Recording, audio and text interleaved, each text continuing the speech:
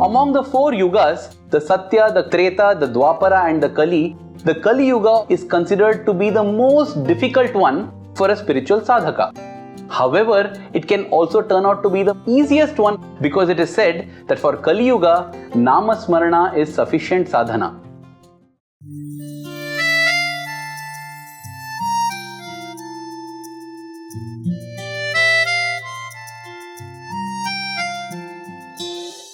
Sai Ram.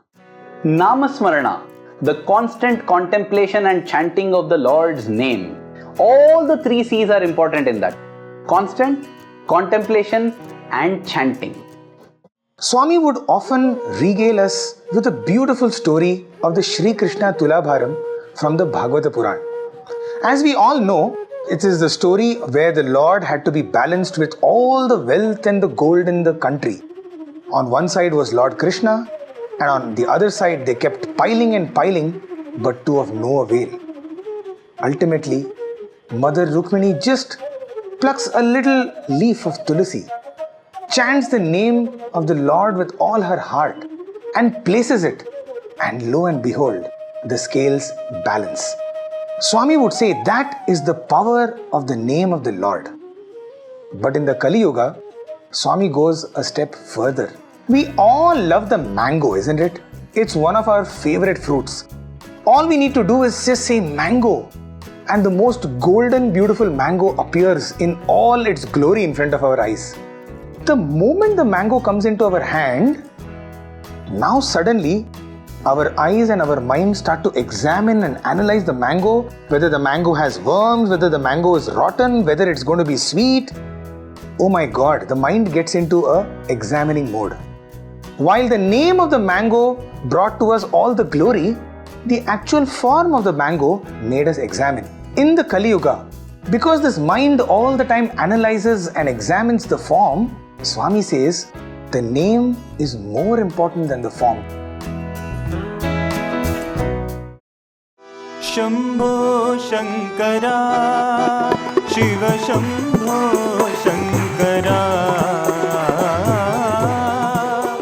It was the year 1974, 1 year after the inauguration of the Shivam Mandir in Hyderabad.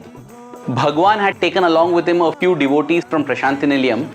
In his entourage was also Professor Nanjundaya, who was then a lecturer in Swami's college. When they arrived at Shivam, they saw that there were so many ministers, VIPs, businessmen, all who had lined up to see Bhagawan. But Bhagawan took the members of his entourage all around Shivam, showed them different places and was hosting them.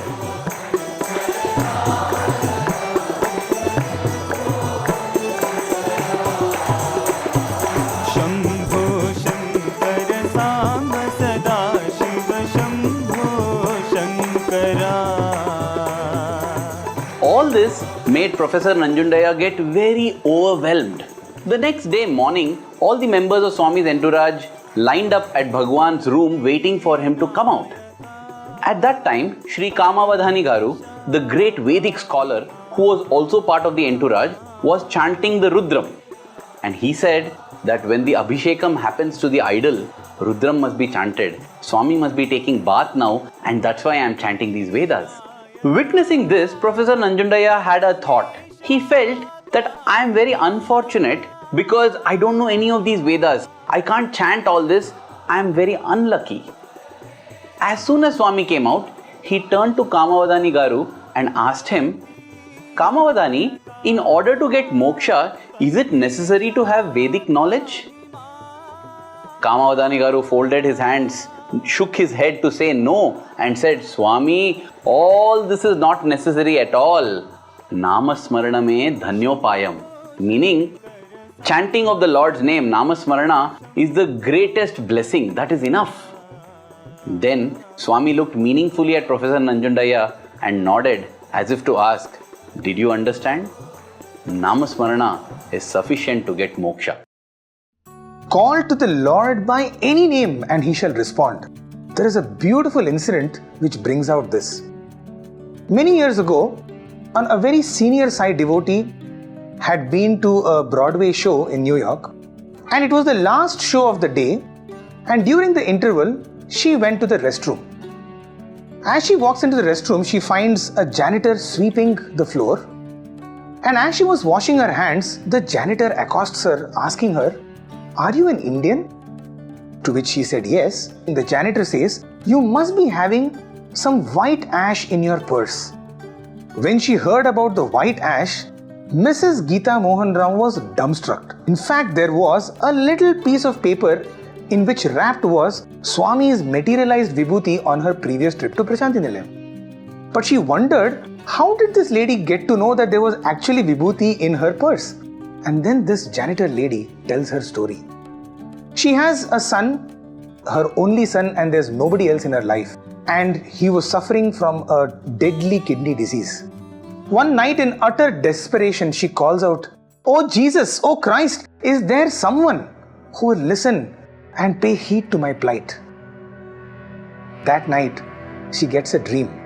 And guess who is in the dream? Our beloved Swami comes and says, "My child, don't worry.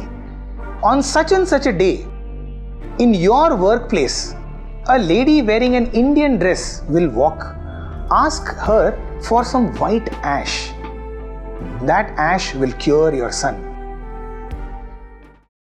Needless to say, Mrs. Geeta Mohan Ram readily gave her the materialized vibhuti of Swami. A few months later, she had quite forgotten about this whole incident. She had come to Prashanti Nilayam and Swami had granted her an interview. And in the interview, Swami reveals, saying, that boy with the kidney problem is now doing fine. Swami says that the name of the Lord on our tongue is like a lamp that is kept on the threshold of a door. It brings illumination inside the house as well as outside the house. In a similar manner, Namasmarana brings illumination within and also spreads the light everywhere outside to the world. Let us engage in this Kali Yuga sadhana of Namasmarana. Let there be love and light everywhere in this world. Thank you. Jai Sai Ram.